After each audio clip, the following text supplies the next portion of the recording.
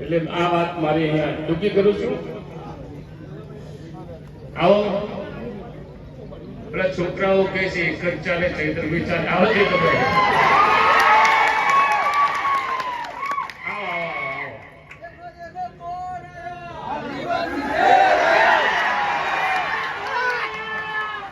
બધાને જોહાર.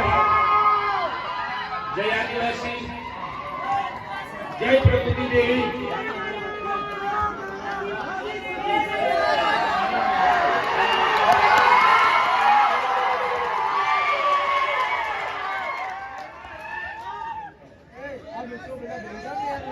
जय जोहार, जय आदिवासी, जय प्रदेश. થાકી ગયા લાગે છે બધા.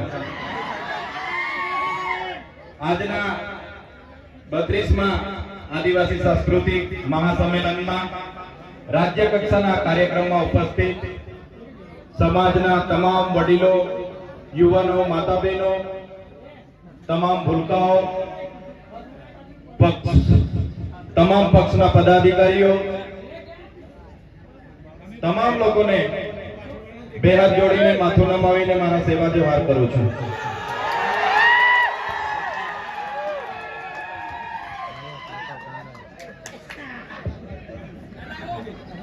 સાથીઓ, આ 32મું આદિવાસી સાંસ્કૃતિક એકતા મહાસંમેલન છે. આપણા વડીલ શ્રી અશોક દાદા જેઓ એકતાનું પ્રતીક છે, અને નમ્ર વિનંતી છે કે વ્યવસ્થા બની રહે, વ્યવસ્થા જાળવજો. તમામ યુવાન સાથીઓને નમ્ર અપીલ કરું છું. સાથીઓ, મને એવું હતું કે આજના સંમેલનમાં આદિવાસી સમાજમાંથી 27 જેટલા ધારાસભ્ય છે, કમસે કમ 10-15 ધારાસભ્ય હશે, એટલે હું થોડો ધીરેથી જ આવે, એટલે બધાનો વારો પતે પછી મારો વારો આવશે. પણ અહીંયા આવીને જોઈ તો હું એકલો છું. અને આપણા વિપક્ષના પૂર્વ નેતા સુખરામભાઈ રાઠવા આપણા વડીલ છે. તો સાથીઓ, આ સમાજનું મંચ છે, કોઈ પાર્ટીનું મંચ નથી. આદિવાસી એકતા પરિષદ છેલ્લા 32 વર્ષથી સમાજને જાગૃત કરવાનું, એક કરવાનું કામ કરે છે. આ સમાજનું મંચ છે. આજે મેં આ સમાજના મંચ પર ઉપસ્થિત થયો છું ત્યારે મેં કોઈ પાર્ટીના ધારાસભ્ય તરીકે નથી, પણ આદિવાસી સમાજના ધારાસભ્ય તરીકે, આદિવાસી સમાજના ધારાસભ્ય તરીકે અહીંયા મેં ઉભો છું. મારા જેવા બીજા પણ 26 ધારાસભ્ય આદિવાસીના જાતિના સર્ટી પરથી ચૂંટાય છે. એમને કોઈ પણ પાર્ટી ટિકિટ આપી દે કે મને પણ કોઈ પણ પાર્ટી ટિકિટ આપી દે, પણ મારી જાતિનું, આદિવાસી જાતિનું સર્ટી હું ફોર્મમાં નહીં મૂકું ત્યારે મારું ફોર્મ પાસ થવાનું નથી. એ લોકોએ ભૂલવું નહીં. એ બધા ચૂંટાયેલા પ્રતિનિધિઓ આ યાદ રાખવું જોઈએ. ત્યારે સાથીઓ, આજે 32મું આદિવાસી એકતા મહાસંમેલન છે, પણ મોડા ચાલુ થયા છે. હું વ્યક્તિગત માનું છું આજે 132મું સંમેલન થવું જોઈતું હતું, પણ મોડા આપણે જાગ્યા છે અને 32મું સંમેલનમાં આપણે ભાગ લીધો છે. એટલે બધાને અભિનંદન આપું છું અને રાષ્ટ્રીય કક્ષાના સંમેલનમાં પણ બધાએ આપણે જવાનું. આજેથી આપણી પાસે 1 અઠવાડિયાનો સમય છે.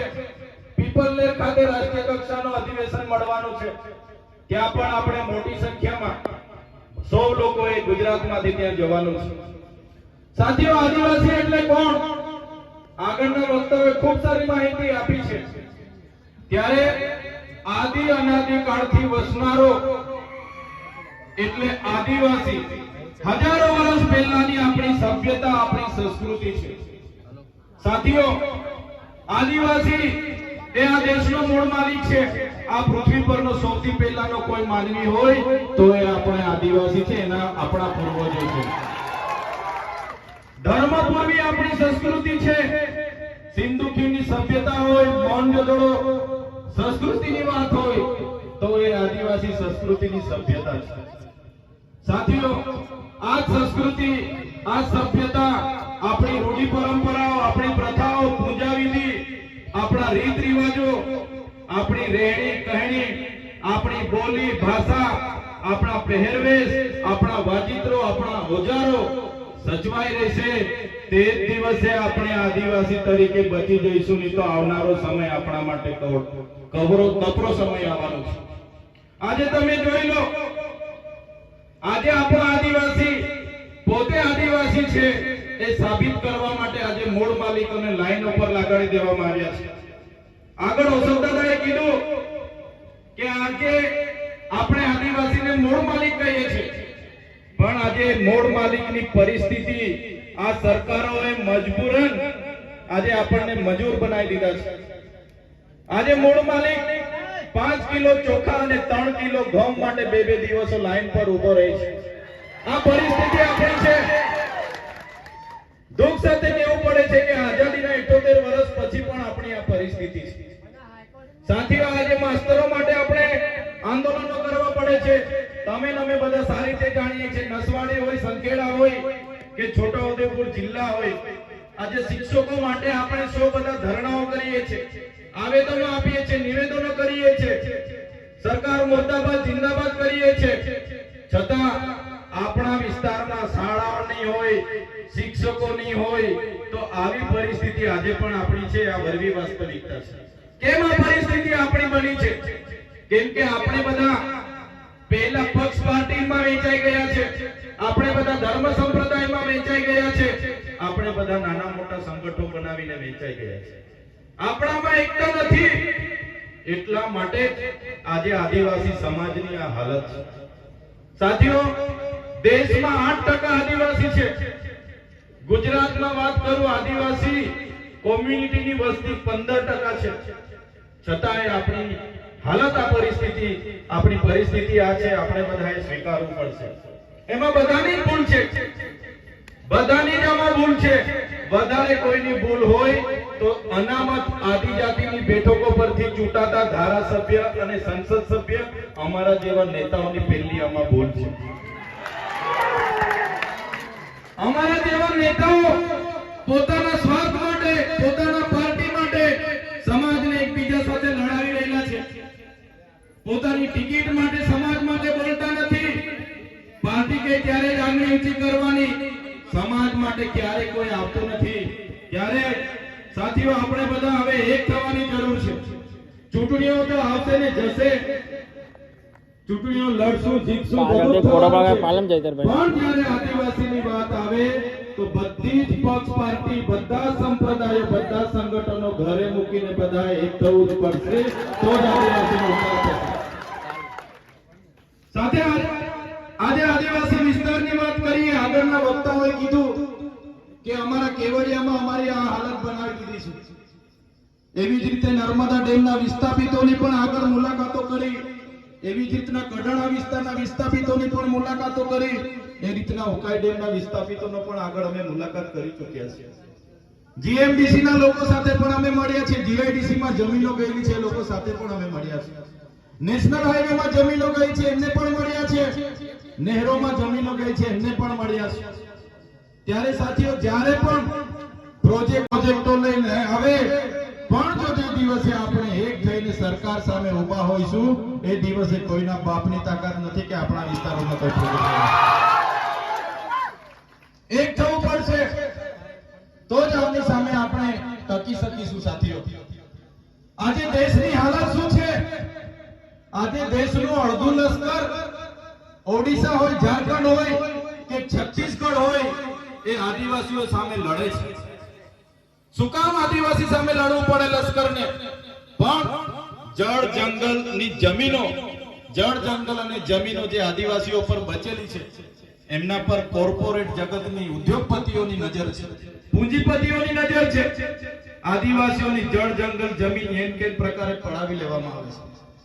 આપણે બંધારણની વાતો કરીએ છીએ. બંધારણમાં તો 73 એનો પણ કાયદો છે કે આદિવાસીઓની જમીન બીજા કોઈ લઈ ના શકે. છતાં સરકારો બીજા લોકોના નામે ટ્રાન્સફરો કરે છે, એને કરે છે, શ્રી સરકાર કરે છે. સંવિધાનમાં તો 5મી અનુસૂચિની પણ જોગવાઈ છે. એમાં આર્ટિકલ 241 એવું કહે છે કે આ આદિવાસી વિસ્તારમાં અનુસૂચિ 5 લાગુ હોય, એ 1 ઇંચ પણ જમીન સરકારની નથી. તો શા માટે સરકારો આ વિસ્તારોમાં જમીનો ફાળવે છે? પૈસા 1996 ગ્રામ સભાને સંપૂર્ણ પાવર આપે છે. તો શા માટે આ વિસ્તારોમાંથી રેતીની લીજો ચાલે અને ગ્રામ પંચાયતોને પૂછવામાં નથી આવતું?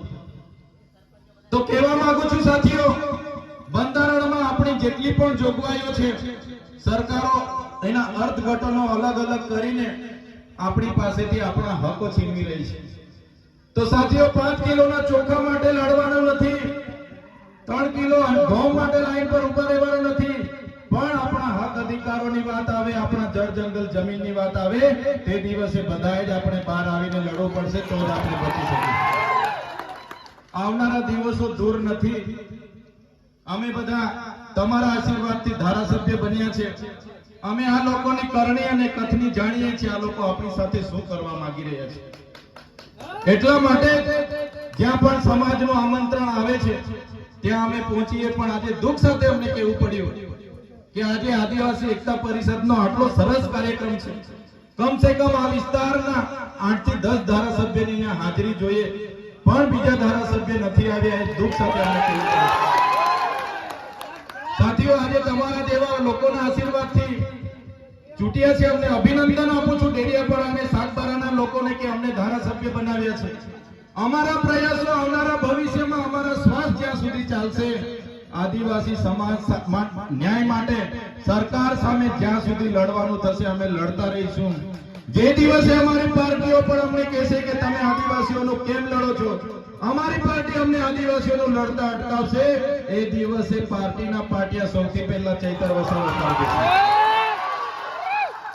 જે સમાજના જાતિના સરટીથી અમે ચૂંટાયા છે, જે સમાજે અમને મત આપીને ચૂંટ્યા છે, મૂળ માલિકની આજે આઝાદીના 78 વર્ષ પછી પણ આ દશા છે. ત્યારે આવનારા ભવિષ્યમાં ધારાસભ્ય રહીએ કે ના રહીએ, આવનારા ભવિષ્યમાં ચૂંટણી લડીએ કે ના લડીએ, પણ અમારા સમાજને અમે એવા જાગૃત કરી દઈશું કે આવનારા દિવસોમાં મૂળ માલિક પોતાના અધિકારો માટે લડે. તો સાથીઓ, વધારે વિશેષ નથી કહેતા. આ બોર્ડ તમે જોઈ લો, પ્રકૃતિ એક જીવન છે.